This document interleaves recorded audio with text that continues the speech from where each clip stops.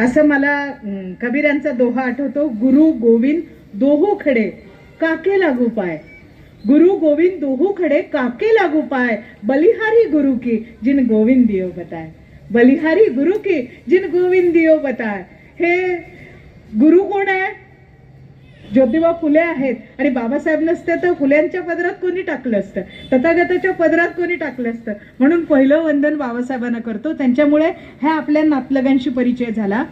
ज्योतिबा फुले म्हणाले, मांग म्हार निंदा ठाई नाही व्यथा, मांग म्हार निंदा ठाई नाही व्यथा, आणि जाळी आर्य ग्रंथा अग्नीमध्ये. हे ज्योतिबा फुल्यांनी लिहिलंय. फुल्यांचा आणि बाबासाहेबांचा संपर्क नाही. ज्योतिबा फुल्यांनी आधीच्या काळात लिहून ठेवलं, मांग म्हार निंदा ठाई नाही व्यथा, जाळी आर्य ग्रंथ अग्नीमध्ये. 25 डिसेंबर 1927 ला महामानव डॉक्टर बाबासाहेब आंबेडकर त्या आर्य ग्रंथाची होळी करतात. हे गुरु शिष्याचं अत्यंत मनोरम असं नातं आहे. आणि त्यांनी सांगितलं आणि यांनी केलं. आता हे पण बघा, तुम्ही जर समग्र फुले वाचले तर तुमच्या लक्षात येईल, ज्योतिबा फुल्यांनी एक सुतोवाच करून ठेवलंय. ते म्हणले, शूद्राती शूद्रातला एक तरुण येईल. हे लिहून ठेवलंय आणि सांगेल, हा विचार, माझा विचार जनतेपर्यंत नेईल. हे ज्योतिबा फुल्यांनी लिहून ठेवलेलं आहे. हे जे नातं आहे, हे जे विजन आहे ना, ही दृष्टी आहे, ही नजर आहे, हे ज्योतिबा फुल्यांकडनं बाबासाहेबांनी घेतली. आणि त्यांच्याकडनं तुमच्या माझ्यापर्यंत ती यावी, आलेली नाही.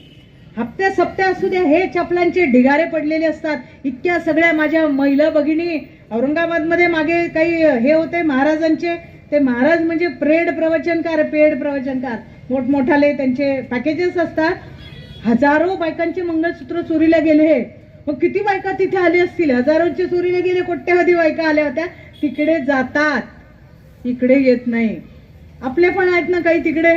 माझी एक महिला भगिनी होती, मी नवीनच नोकरीला लागले, तर मला म्हणले की मॅडम, ते हळदी कुंकवाचा कार्यक्रम असतो बरं का, आणि सगळेजण जातात, आपल्याला पण जावं लागेल. मी म्हणलं की मॅडम तुम्ही कसं काय सांगताय, सिनियर मेरी सिनियर थी, म्हणलं तुम्ही कसं काय सांगता, आपलं काय संबंध आला, आपण काही यांचे नातलग नाही ना. हे सगळे हे पूजा अर्चा उपास तापास हमारे लिए तो मंदिर में जाने को भी परमिशन नहीं. आपल्याला गळ्यात गाडगण कमरेल झाडू बांधायचा, वापे जाकी के झाडू मारणे, तर हे काही नाही. ती म्हटली नाही नाही असं नाही, आपल्याला त्यांच्या सोबत राहायचं ना, मग जावं लागेल. माझ्या महिला भगिनी पण अशाच म्हणतात, आसपासच्या कॉलनीमधल्या आजही म्हणतात की आपण एकत्र राहतो ना, मग करावं लागेल. चांगली गोष्ट आहे, आपण एकत्र राहतो, हळदी कुंकू आपण करतो. त्यांना जयंती साजरी करायला सांग. करतात का फुलेंची जयंती करतात का? बाबासाहेबांची तुम क्यों डर डर के रहते हो? हे असं घाबरत राहण्याचं काय कारण आहे?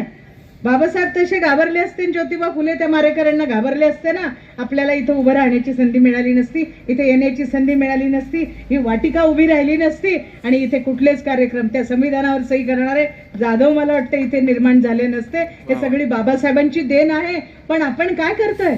आपण म्हणजे मी म्हणाले तसं आपला कोणी शत्रू नाही, आपण जातीवाचक बोलायचं नाही, पण महार ही जी कन्सेप्ट आहे, बाबासाहेब म्हणाले महार म्हणजे महारी, अरी म्हणजे शत्रू, महान शत्रू. तो आपला कोई शत्रू नाही आहे, आपण सगळे डेंजर. पण आपण सगळे काय करतात लोक आपले? कोणी त्याला काय म्हणतात, मांडवली करतात, कोणी दलाली करतात, कोणी समाज विक्रीला काढलाय, कोणी खुद ही बिक चुके. हे चालल्यामुळे ही परिस्थिती आहे. इतका प्रचंड समाज. पण लगे आपण म्हणतो दिल्लीला जायचं स्वप्न, काय दिल्ली को जाएंगे, इधर गल्ली में बिक गए, दिल्ली में क्या जाओगे, दिल्ली में जाओगे क्या? ज्यांनी बाबासाहेबांशी प्रतारणा केली ते कुठेच जाऊ शकत नाही, ते कुठेच जात नाही. समाजाला सुद्धा मारून टाकायला लागले, समाजाची पण हत्या करणारे लोक आलेले आहे. सो देर इज नो साहेब, आय नो ओनली बाबासाहेब. मी म्हणलं मला फक्त बाबासाहेब माहिती आहे, बाकी कोई साहब मुझे पता नहीं. कारण बाबासाहेब म्हणजे बघा ना की हजारों साल नरगिसे अपनी बेनुरी पे रोती है, हजारों साल नरगिसे अपनी बेनुरी पे रोती है, बड़ी मुश्किल से होता है चमन में दीदावार पैदा, बड़ी मुश्किल से होता है चमन में दीदावार पैदा. आणि बाबासाहेब नसते तर आपण कोणीच नसतो. पण आता प्रत्येकाला साहेब व्हायचं स्वप्न पडलं, आणि साहेब किधर भी चले जाते. कोणी बोलवलं, हाक मारली, त्याच्या बोटाला धरून चालले. आणि म्हणून ही परिस्थिती आहे. मला हे सांगायचंय, बाबासाहेबांनी तुम्हाला मला काय काय दिलं. बाबासाहेबांची एकदा त्या कामाठीपुरातल्या ज्या महिला होत्या, ज्या प्रॉस्टिट्यूट होत्या, तिथे त्या लोकांनी, ते मडके बुवा होते आणि त्या बायकांच्यासाठी एक सभा बोलावली. ती सभा बोलावली आणि बाबासाहेबांना, देवदासी होत्या त्याच्यामध्ये, काही या ज्या त्या म्हणजे जबरदस्तीने तिकडे ढकलल्या गेलेल्या आपल्या महिला भगिनी होत्या आणि बाबासाहेबांना तिकडे बोलावलं. बाबासाहेब जे म्हणाले ते मला असं वाटतं सांगितलं पाहिजे. मी म्हणाले की लोक मला म्हणतात की कशाल मॅडम हे सांगत बसता, याची काही गरज आहे का, आता कुठे जात राहिली आहे, आता कुठे जातीयता राहिली, किती छान आता एवढं परिवर्तन झालं नाही का, वाटतं की नाही झालंय. पण प्रत्यक्षात तुम्ही मी जगतोय, जिथे जिथे आपण नोकरी करतो, आपण काम करतो, आपल्याला माहितीये काय काय चाललंय. रूप बदललंय, जात कायम आहे. जात लोक म्हणतात की जाता नाही जात, जात नाही का, ती जाणार आहे. बाबासाहेब काय वेडे होते का, ज्योतिबा फुले काय वेडे होते का. म्हणजे आमचं समाजशास्त्र हा विषय मी शिकवते. आमच्या समाजशास्त्राचा उदय झाला 1917 मध्ये. 1917 मध्ये समाजशास्त्र जन्माला आलं. 1916 मध्ये महामानव डॉक्टर बाबासाहेब आंबेडकरांनी जाती संस्थेची उत्पत्ती, यंत्रणा आणि प्रसार. 1916 मध्ये समाजशास्त्र जन्माला यायच्या आधी कोलंबिया विद्यापीठामध्ये जे अँथ्रोपॉलॉजिस्ट, सांस्कृतिक मानववंशशास्त्राच्या इंटरनॅशनल कॉन्फरन्स मध्ये बाबासाहेब जाती संस्थेचा विचार मांडतात. आमच्या एक भगिनी होत्या समाजशास्त्राच्या, त्यामुळे बाबासाहेबांना म्हणजे काय म्हटलं पाहिजे आपण, त्यांचा आपण कोण म्हणून स्वीकार करावा. मी म्हणलं समाजशास्त्राचा बाप आहे. समाजशास्त्र 1917 ला जन्माला आलं. बाबासाहेबांनी 1916 ला जगाच्या वेशीवर जाती संस्थेची मांडणी केली. He is a father of sociology. पण हे कोणी म्हणत नाही, कोणी सांगत नाही. तर जे काही बाबासाहेबांनी सांगितलं, आणि लोक मला म्हणतात हे बोलू नका, ते बोलू नका. रामायणाची महत्ता संपली का, त्याची गरज वाटते लोकांना. दररोज ते वेगवेगळे चालूच असतं वेगवेगळ्या ठिकाणी. जिथं कुठे मी राहते, म्हणजे मी ज्या भागामध्ये राहत होते, इकडे हनुमानाचं महारुद्र हनुमान मंदिर, इकडे जैन मंदिर आहे, इकडे स्वामी समर्थाचं केंद्र आहे, इकडे ती माता आहे एक, सो मेनी माता जार देरा भी किस किस को याद रखो, खूप सगळ्या. ते एक मातेचं, रेणुका मातेचं मंदिर इकडे. आणि अशा सगळ्या याच्यामध्ये मी राहते. पहाट मंदिरामध्ये काकड आरती, अमकी आरती इससे होतीये आणि संध्याकाळ तशी होते. या पद्धतीनं आपण जगतो. त्यांचं गरज संपली का, रामायण महाभारताची महत्ता संपली का, ती संपली नाही. त्याच्यामध्ये मला शोषणाचं सगळं सूत्र दिसतं. ते जाणवलं म्हणून बाबासाहेबांनी, ज्योतिबा फुल्यांनी सांगितलं, बाबासाहेबांनी मनुस्मृतीचं दहन केलं.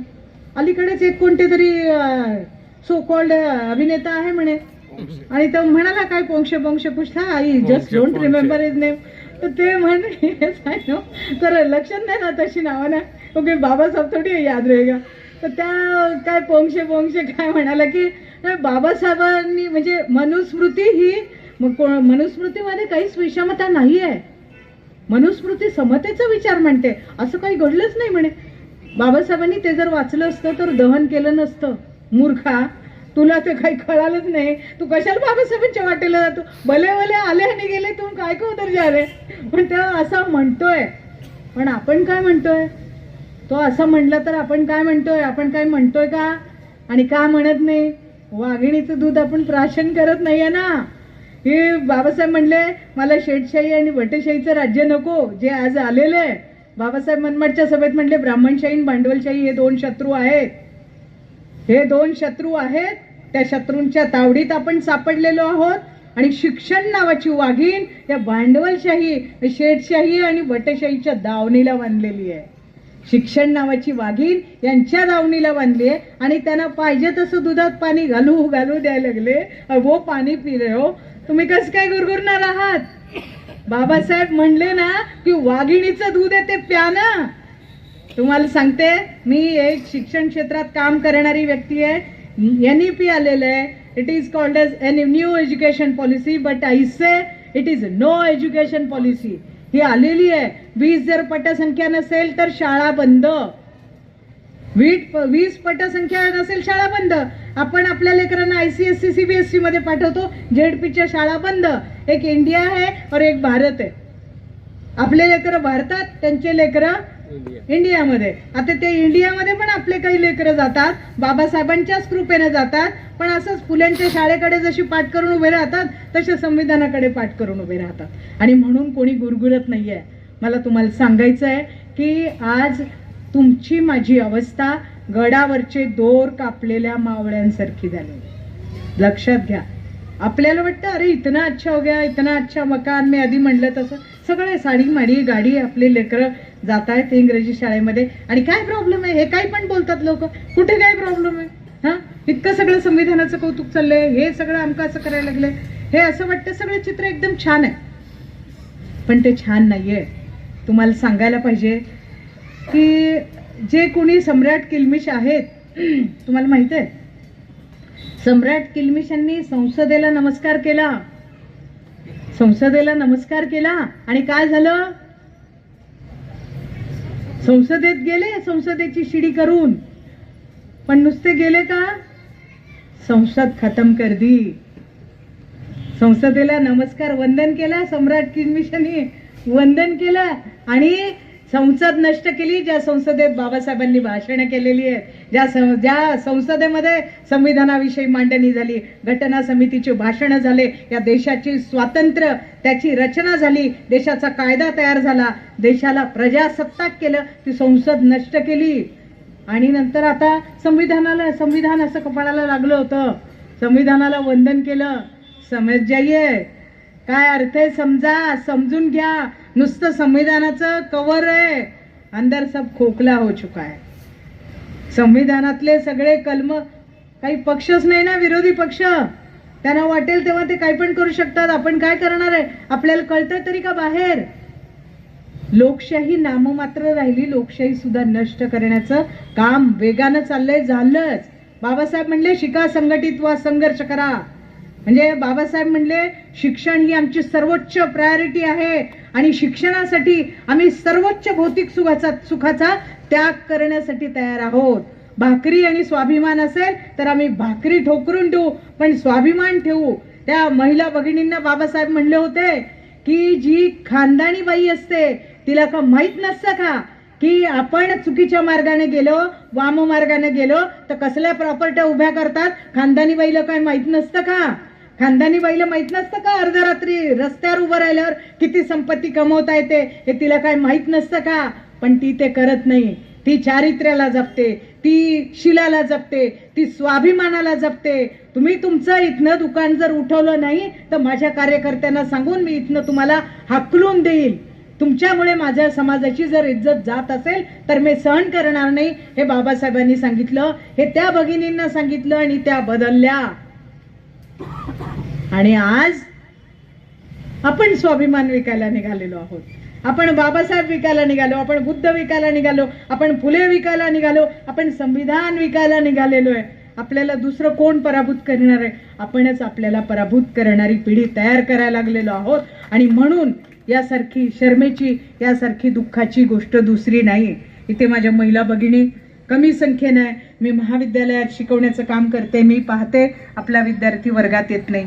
तिथे कपाळाला कसले कसले टिळे लावतो, हातामध्ये कसले कसले गंडे दोरे, माझ्या मुली पायामध्ये काळ्या रंगाचे धागे. अरे वो फेक दिया था ना.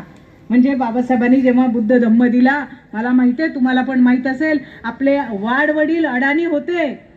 त्यांनी घरामध्ये जे काही होते ना, आया माया बापू वगैरे नव्हते तेव्हा, पण जे काही असतील हेंगडोजी प्रधान आमक वगैरे जो आप लोगों को पता है, ते सगळे काय केले? त्यांनी विहिरीमध्ये टाकले, नदी नाल्यांमध्ये टाकले. अडाणी लोक होते, लेकिन उनको बाबा साहब का क्या बोलना था समझ में आ गया. आणि मी आता जाते व्याख्यानाला, वेगवेगळ्या ठिकाणी जाते. मला समितीचे जे काही सदस्य असतात, काही अध्यक्ष कार्यकारिणी सदस्य, मग मॅडम घरी चला घरी चला, फिर मैं उनके घर पे जाती हूँ, जानबूझ के जाते. गेलं की मग मला ते हॉलमध्ये बसवते. मग हॉल खूप सुंदर असतो. आपल्या काही प्रगती झालेली आहे निश्चित बाबासाहेबांच्या कृपेने. मस्त भव्य हॉल असतं. हॉलमध्ये बाबासाहेबांची मोठी प्रतिमा असते, तथागताची प्रतिमा असते. आणि मी खुश होते का? नाही होत. मी शंका घेते की बाबासाहेब म्हणजे हॉल में बाबा है, अंदर दूसरा ही बाबा है. हॉल में बाबा है, अंदर साई बाबा, आमके बाबा, ढमके बाबा. हे आपल्याकडे सुद्धा व्हायला लागले. याची आपल्याला शरम वाटली पाहिजे. आपला बाप जिवंत असताना आपल्या आईनं दुसऱ्याच्या नावाचं कुंकू लावलं तर चालेल का हो? बाप जिवंत असताना आईनं दुसऱ्याच्या नावाचं कुंकू लावलं तर चालेल का? हे तळ्यात मळ्यात चालणार नाही. आज आपली मरणाची वेळ आलेली आहे. माझी महिला भगिनींना सगळ्यांना विशाल भाऊंना विनंती आहे, हे जसं ग्राम स्वच्छता अभियान असतं ना, तसं स्वच्छता अभियान घ्या. ते स्वच्छता अभियान घ्या. घरात चुकून राहिलेल्या वाटतं काही ह्या आया माया काही घरात चुकून राहिलेल्या आहेत. हे असले इंग्रजी प्रधान वगैरे वगैरे चुकून राहिलेले आहेत. स्वच्छता अभियान नीट झालं नाहीये. 1856 ला बाबासाहेबांनी धम्म दिला, लेकिन गलती से कुछ घर में रह गया है. मी अध्यक्षांना विनंती करेन, मी कार्यकारिणींना विनंती करेन, घरोघरी जा, स्वच्छता अभियान घ्या, गृह स्वच्छता अभियान घ्या.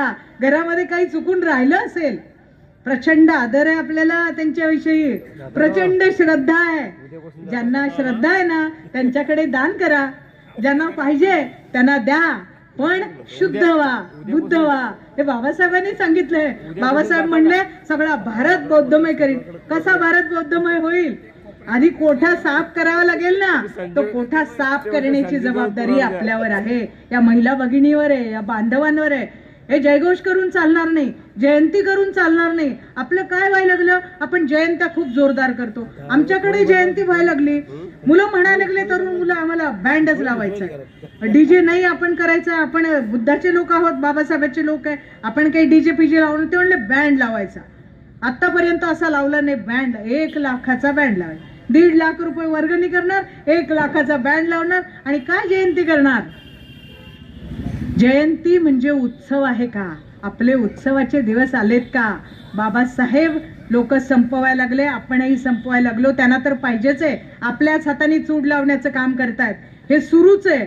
आणि अशा वेळेला आपण असं नुसतं फक्त उत्सवामध्ये राहणार का? 14 एप्रिलला धम्मचक्र प्रवर्तन दिनाला आपण वर्गणी जमा करणार आणि उडवून टाकणार. एका वर्षी मला माहिती आहे, एका जयंती समितीनं, माझे मिस्टर पत्रकार आहेत, आणि मग त्यांनी की नाही गड्या आमका हा गायक बोलवायचा आग्रह केला. त्यांच्या शब्दावर बोलवलं गायक. जयंती वगैरे झाली, जल्लोष झाला, आणि तो गायकाचा फोन आला, म्हणे अहो साहेब अजून माझे पैसेच दिले नाही. म्हणलं असं कसं काय? तेव्हा पैसे देण्यासाठी त्यांच्याकडे सुपूर्द केले, त्यामुळे माझ्याकडे काही पोहोचले नाही. मग त्यांना फोन केला. तरुण पिढी आपली एकदम जल्लोष, त्यांना जल्लोष पाहिजे, डीजे चाहिए, नाचणे काय, गाणे काय.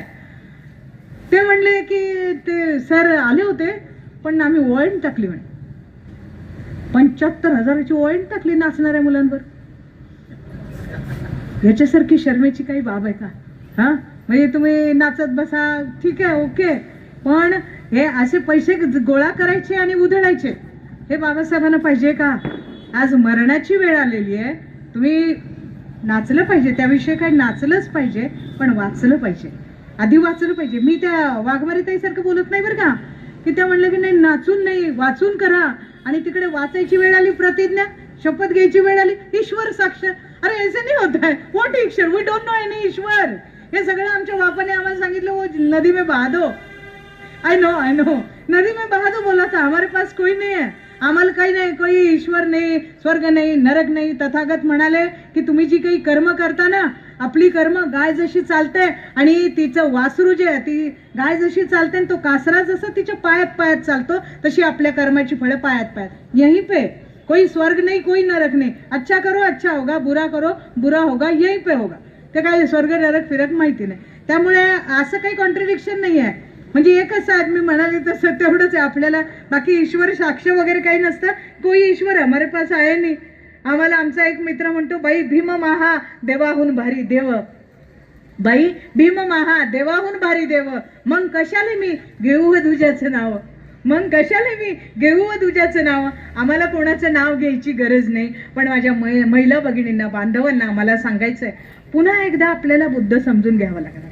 पुन्हा एकदा खरा बाबासाहेब आपल्याला समजून घ्यावा लागेल. त्या हत्तीच्या आंधळ्यांसारखी आपली गत होऊ देऊ नका.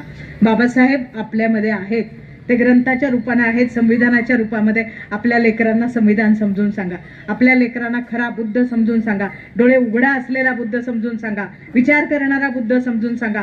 कायम आयुष्यभर तथागतानं डोळे मिटून समाधी लावून बसला असता, समाजात परिवर्तन झालं नसतं, बुद्ध जगामध्ये गेला नसता. एक अवस्था होती ती टाकून दिली. यशवंत मनोहरांचं पुस्तक आहे खरा बाबासाहेबांचा बुद्ध कोणता, ती छोटीशीच पुस्तकं आहे 13 पानाची, ती पुस्तिका आपल्या लोकांपर्यंत दिली पाहिजे. डोळे मिटून बसण्याची वेळ नाही, डोळे उघडे करून या जगाकडे, या प्रश्नाकडे बघण्याची, मांडण्याची, भांडण्याची वेळ आलेली आहे. आणि ते करणार नाही, ही पुढची पिढी आपल्याला मारणार आहे. की तुम्ही का नाही सांगितलं आम्हाला, तुम्हाला कसं काय कळालं नाही, लोकशाही मरत होती, संविधान मरत होतं, तुम्ही का नाही सांगितलं आम्हाला की आपल्याला उभं राहावं लागेल, आपल्याला भांडावं लागेल, आपल्याला रस्त्यावर यावं लागेल. नुसतं आपल्याला जयघोष करून चालणार नाही. आता जयघोषाच्या समोर आपल्याला संघर्षासाठी तयार व्हावं लागेल. आणि जाऊ दे, तो मेला, आपल्याला काय करायचं, कुणाल कामराला झालं, आपल्याला काय करायचं, आमकामध्ये गेला, आपल्याला ऐसे नहीं चलेगा. वो अपने पास भी आया है, वो अपनी तरफ भी देख रहा है, हर जगह पे है की फार काळ घरात कोणी राहणार नाही, कोणाचाही काशी आपलं सूर्यवंशी होऊ शकतो. ही वेळ आहे. म्हणून आपण सगळ्यांनी जयंती साजरी केली पाहिजे, नाचलं पाहिजे, वाचलं पाहिजे, पण जल्लोष करा, पण होश गमावू नका. त्या होशाची आज गरज आहे. या लेकरांना बुद्ध सांगण्याची गरज आहे, या लेकरांना बाबासाहेब सांगण्याची गरज आहे, आणि तो क्रांतिकारक बाबासाहेब सांगण्याची गरज आहे. आपल्याला या मुलांना तुम्ही हे सांगताना की बाबासाहेबांनी संघर्ष केला नसता, ज्योतिबा फुलेंनी मारेकरी झेलले नसते, तर आपण इथे पोहोचलो नसतो. त्यांनी जीवाचं रान करून हा देश स्वतंत्र केलेला आहे, सामाजिक स्वातंत्र्य दिलेले, गुलामीतून नष्ट केले, लोकशाही दिली, संविधान दिलं. पण हे संविधान आज नष्ट करण्याचं षडयंत्र यशस्वी झाले. मी असं म्हणेन, नुसतं राहिलंय वेगवेगळे कलम वगैरे करून संविधान नष्ट केलं जातंय. तुम्हाला मला जर जिवंत राहायचं असेल, संविधान म्हणजे आपला प्राणवायू आहे, आणि हा प्राणवायू काढून चालला जातोय, काढून घेतला जातोय. म्हणून तुमची माझी जबाबदारी आहे, आपल्याला सगळ्यांना या संविधानासाठी, या लोकशाहीसाठी, या बाबासाहेबांच्या विचारासाठी रस्त्यावर यावं लागणार आहे. घरात बसून आणि नुसता जल्लोष करून चालणार नाही. तो करा, पण लढण्यासाठी तयार राहा, कारण लढाई अटळ आहे. आपण म्हणा किंवा नका म्हणू, तुम्ही तयार राहा किंवा तयार राहू नका, युद्धभूमी तयार आहे. आपल्या प्रत्येकाचं बळी त्याच्यामध्ये जाणारच आहे हमखास. आधीच्या सारखं जिभा कापणार नाहीयेत, पण NEP आलं की आपोआपच आपण शिक्षणाच्या बाहेर पडतो. आता आधीसारखा अंगठा नाही काढून घेणार, पण आपोआपच तुमचं माझं म्हणजे ICSEच्या शाळा, ZP बंद केल्या की आपण कुठे जाणार आहे. तुम्ही, मी, माझं एखाद्याचं मूल ICSE मध्ये, CBSE मध्ये असेल, पण आपल्या सगळ्या समाजाचं नाहीये. अजून शाळेपर्यंत लेकरं पोहोचले नाही, अजून शिक्षण घ्यायला सुरुवात केली नाही. शिक्षण बंद. 2038 मध्ये सगळं बंद होणार आहे. कॉलेज 2038 पर्यंत तालुका प्लेसला एक मॉडेल कॉलेज फक्त राहणार आहे. नॅकचं ग्रेडेशन मिळालं की सगळ्या ग्रँट्स बंद होणार आहेत, आणि सगळे एका मोठ्या कॉलेजमध्ये बाकीचे कॉलेजेस मर्ज होणार आहे. शिक्षण मरू घातलंय. हे लॉकडाऊन मध्ये शैक्षणिक धोरण आलेले, चर्चेशिवाय संसदेमध्ये पास झालेले, आणि त्याचं इम्प्लिमेंटेशन सुरू आहे. 2021 पासून सुरू आहे. आपण ते सुरू केले. पुढल्या लेकऱ्या बाळांना शिक्षण मिळेल का नाही ही मला सार्थ शंका वाटते. त्यामुळे बाबासाहेब म्हणले की शिक्षण हे वाघिणीचं दूध आहे. जे मिळते ना दुधात पाणी, ते पण मिळणार नाहीये त्या काळात. हे लेकरांना पुन्हा, तुम्हाला, मला, आपल्या लेकरांना गळ्यात गाडगं आणि कमरेला फडा येणार आहे, नवे आलेला आहे, पण आपल्याला कळत नाही. म्हणून मी म्हणाले, I am post woman of doctor Babasaheb Ambedkar. मी असं म्हणते, मी बाबासाहेबांची पोस्ट वुमन आहे. बाबासाहेबांचं पत्र मला तुमच्यापर्यंत घेऊन जायचंय. आनंद साजरा करण्याचा वेळ नाहीये. असं वाटतंय दिवस वैऱ्याचा आहे, रात्र वैऱ्याची, असं नाही. प्रत्येक क्षण वैऱ्याचा आहे. तुम्ही, मी वैऱ्याच्या ताब्यात आहोत. सगळ्यात आधी टार्गेटवर कोण आहे? आंबेडकरी समाजच आहे. आता कुठे पण आरक्षण वगैरे असेल, दलितांना भरतात. कोणते दलित आहेत? तुमच्या माझ्याशिवाय बाकीचे दलित भरले जातात. आता आंबेडकरी समाजाला, म्हणजे एरवीच आरक्षण संपलेलं आहे. तुम्हाला माहित असेल, 8 मार्च 2020 मध्ये आरक्षण संपवण्याचा GR आलेला आहे. 9 खाजगी कंपन्याच फक्त सगळी भरती करणार आहे. पण आता आरक्षणाची आंदोलनं चालू आहेत. आपण सपोर्ट करतो, आपण आंबेडकरवादी लोक चालू देत काय, पण ऑलरेडी खाजगीकरण झालंय, 100% खाजगीकरण. मग हे सगळं जे चाललेलं आहे, मला तुम्हाला सांगायचंय, जागे व्हा. जयंती आहे ना, तुम्ही निधी गोळा करतात, करा. मी असं म्हणेन, एकदा निधी गोळा करा आणि उडवून टाका. असं करण्यापेक्षा या जयंती समितीला मी विनंती करेन की तुम्ही निधी गोळा करताना दरवेळेला असा निधी आपत्ती व्यवस्थापन, समाजाचं आपत्ती व्यवस्थापन म्हणून काही निधी गोळा करा. आणि समाजामध्ये कोणावर काही संकट येतं, कोणाच्या लेकराबाळांचा प्रश्न येतो, एखादा माणूस घरातून जातो, त्या माणसाचे हाल होतात, मग आपण फक्त पोस्ट टाकतो. त्यापेक्षा आपत्ती निधी काहीतरी गोळा करा. आणि कोणी पण समाजामध्ये कोणाची अडचण आली, खिशातून पैसा द्यायची गरज नाही, त्यांच्यासाठी पैसा उभाच असेल तर ते लोक उभे राहतील. असं काहीतरी कॉन्क्रीट स्वरूपाचं काम आपण करावं असं मला वाटतं. म्हणजे मी विनंती करीन, तुम्ही ठरवा तुम्हाला काय करायचंय, तुम्ही ते करू शकता. तर मला असं वाटतं की आपण मला इथे बोलावलंय आणि असं आहे की आयुष्यभर बोललं तरी हे संपणार नाही आणि आज अशी परिस्थिती आहे की आपण बोललं पाहिजे. म्हणून मी इथे तुमच्यापर्यंत आले. धम्मपाल माझा विद्यार्थी, त्यानं सांगितलं की ताई तुम्हाला इकडे जावं लागेल. मी लगेच जाईन असं म्हणाले, कारण बाबासाहेबांच्या कृपेने माझं पोट भरलेलं आहे आणि बाबासाहेबांच्यामुळे ही वाचा, ही नजरिया सगळी बाबासाहेबांची, ज्योतिबा फुलेंची देण आहे. म्हणून मी इथे तुमच्यापर्यंत आले. पण येण्याचा उद्देश असा आहे की दुष्यंत कुमार म्हणतात तसं, हर गाव हर नगर हर डगर हर शहर से, हर गांव हर नगर हर डगर हर शहर से हाथ लहराते हुए हर लाश चलनी चाहिए. हर गांव हर नगर हर डगर हर शहर से हाथ लहराते हुए हर लाश चलनी चाहिए. सिर्फ हंगामा खड़ा करना मेरा मकसद नहीं, सिर्फ हंगामा खड़ा करना मेरा मकसद नहीं. अरे कोशिश तो ये है कि ये सूरत बदलनी चाहिए, कोशिश तो ये है कि ये सूरत बदलनी चाहिए, ही सिस्टम बदलली पाहिजे. सिस्टम बदलली तरच आपण जिवंत राहणार आहे, तरच लोकशाही जिवंत राहील, तरच आंबेडकरवाद जिवंत राहील. म्हणून तुम्हाला प्रत्येकाला हे सांगण्यासाठीच मी इथे आले की आपण जे आहे ना, बाबासाहेबांचं बोट सोडू नका. दुसरं कोणीच आपल्याला कुठे घेऊन जाणार नाही. बाबासाहेबांचं, बाबासाहेब कल्पवृक्षाचं झाड आहे. एक एक फांदी, एक एक पान जरी खुडून खाल्लं ना, आपल्या हजारो पिढ्या तरुण जातील. इकडे तिकडे आधारासाठी पाहू नका, डुबणाऱ्या नावेत जाऊ नका, बाबासाहेबांचं बोट सोडू नका आणि सगळेजण संघटित राहा. असा काही कायमस्वरूपी निधी गोळा करा, जयंती करा, वाचून करा, नाचून करा, पण होश मात्र सांभाळून करा. हे तुम्हाला सांगेन. आपण मला इथे बोलावलं आणि मला ऐकून घेतलं त्याबद्दल मी आपले मनपूर्वक ऋण व्यक्त करते. तुम्हाला सगळ्यांना क्रांतिकारक जय भीम करते आणि थांबते. धन्यवाद. Thank you ma'am, you एनलाइटेड us effectively. तुम्ही चांगलं प्रबोधन केलं आणि विशेषतः विचार सुद्धा मत असतात. जर एखाद्या मोठ्या महामानवाचे विचारचा प्रचार जर झाला नाही तर ते विचार सुद्धा मरू शकतात. यानंतर आभार प्रदर्शनासाठी मी संघमित्र ताई कस्तुरे यांना आवाहन करतो की त्यांनी या ठिकाणी येऊन आभार प्रदर्शन करावं. अरे मागच्या वर्षी या समितीनं त्या नानू मोराला पण पैसे दिले नाही आहे ना समितीनं. विश्वाला शांतीचा संदेश देणारे सम्यक संबुद्ध चक्रवर्ती राजा सम्राट अशोक या समस्त सामाजिक परिवर्तनाच्या चळवळीमध्ये ज्यांनी आपलं आयुष्य वेचलं असे सर्व बहुजन नायक, नायिका आणि विज्ञानवादी संत, या सर्वांच्या कार्याला मूर्तरूप देणारे विश्वरत्न परमपूज्य बोधिसत्व डॉक्टर बाबासाहेब आंबेडकर आणि त्यांच्या कार्याला साकार करणारे मान्यवर कांशीरामजी, या सर्वांच्या मध्ये खास करून जर सांगायचं असेल तर आद्य क्रांतिकारक सामाजिक परिवर्तनाचे प्रणेते क्रांतिसूर्य महात्मा ज्योतिबा फुले, आरक्षणाचे जनक, जनकल्याणकारी राजा राजर्षी शाहू महाराज, या सर्व महामानवांना मी त्रिवार अभिवादन करते. आजच्या या कार्यक्रमाच्या अध्यक्षा दुर्गाताई चव्हाण आणि आजच्या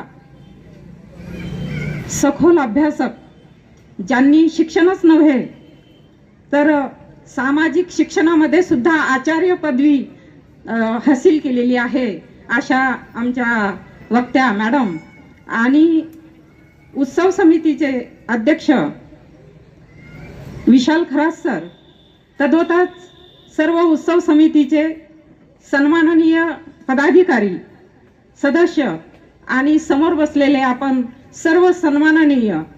या ठिकाणी मॅडम आलात आणि जे धगधगतं वास्तव या समाजामध्ये सुरू आहे, जे बोवाबाजीचं सुद्धा एक वादळ निर्माण झालेलं आहे, आणि समाज भरकटत आहे. समाज नव्हे तर आज या ठिकाणी सांगावंसं वाटतं की आपली जी तरुण पिढी आहे, आपल्या समाजाचं जे भविष्य आहे, ती सुद्धा खास करून भरकटत आहे.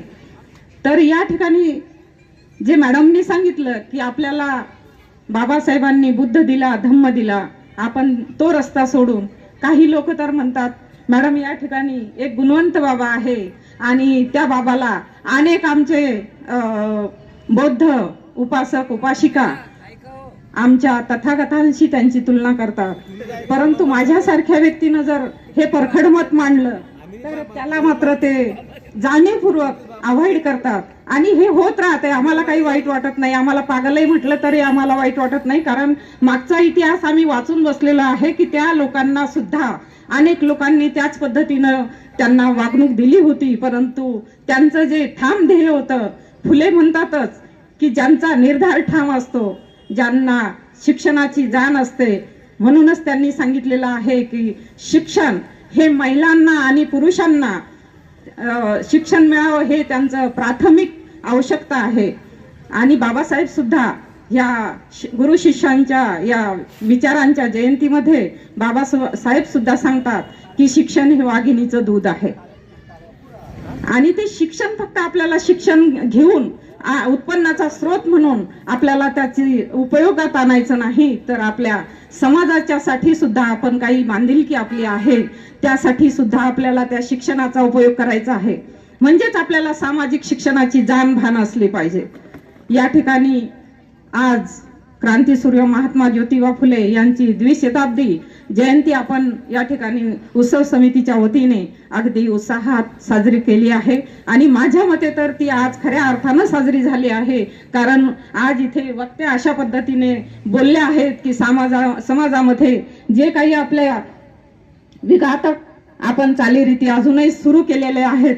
मी अनेकदा म्हणते की आपण मागे जात आहोत, आपल्याला पुढे जायचं आहे, परंतु आपण मागे पाहतोय, पुढे मात्र आपले पाय मागे वळत आहेत. असं कदाचित हे आपल्याला या विघातक राहील. आणि या जयंतीच्या निमित्ताने महात्मा फुलेंनी महिलांना शिक्षण दिलं. शिक्षणाचं का दिलं तर शिक्षण हेच खऱ्या अर्थानं आपण सामाजिक परिवर्तनाच्या कोणत्या रूढी परंपरा अनिष्ट रूढी श्रद्धा अंधश्रद्धा ह्या सर्व खोडून काढण्याचं जर एकमेव कोणतं साधन असेल तर शिक्षण आहे. या ठिकाणी मॅडम आलात आणि त्यांनी अगदी सखोल आणि विचार करण्यासारखं प्रबोधन केलं आहे. त्यांचे मी या ठिकाणी आभार मानते. त्यांना आमंत्रित केलं अशा आमच्या उत्सव समितीचे सुद्धा मी या ठिकाणी आभार मानते. मॅडमचा अगदी पिन ड्रॉप सायलेन्स म्हणजे आवाज थोडासाही आवाज न होता तुम्ही सर्वांनी त्याला ऐकून घेतलं. या ठिकाणी सर्व आलात, या तुमचे सुद्धा मी सर्वांचे आभार मानते. या ठिकाणी या कार्यक्रमाला विराम देण्यात आला आहे असं मी या ठिकाणी जाहीर करते.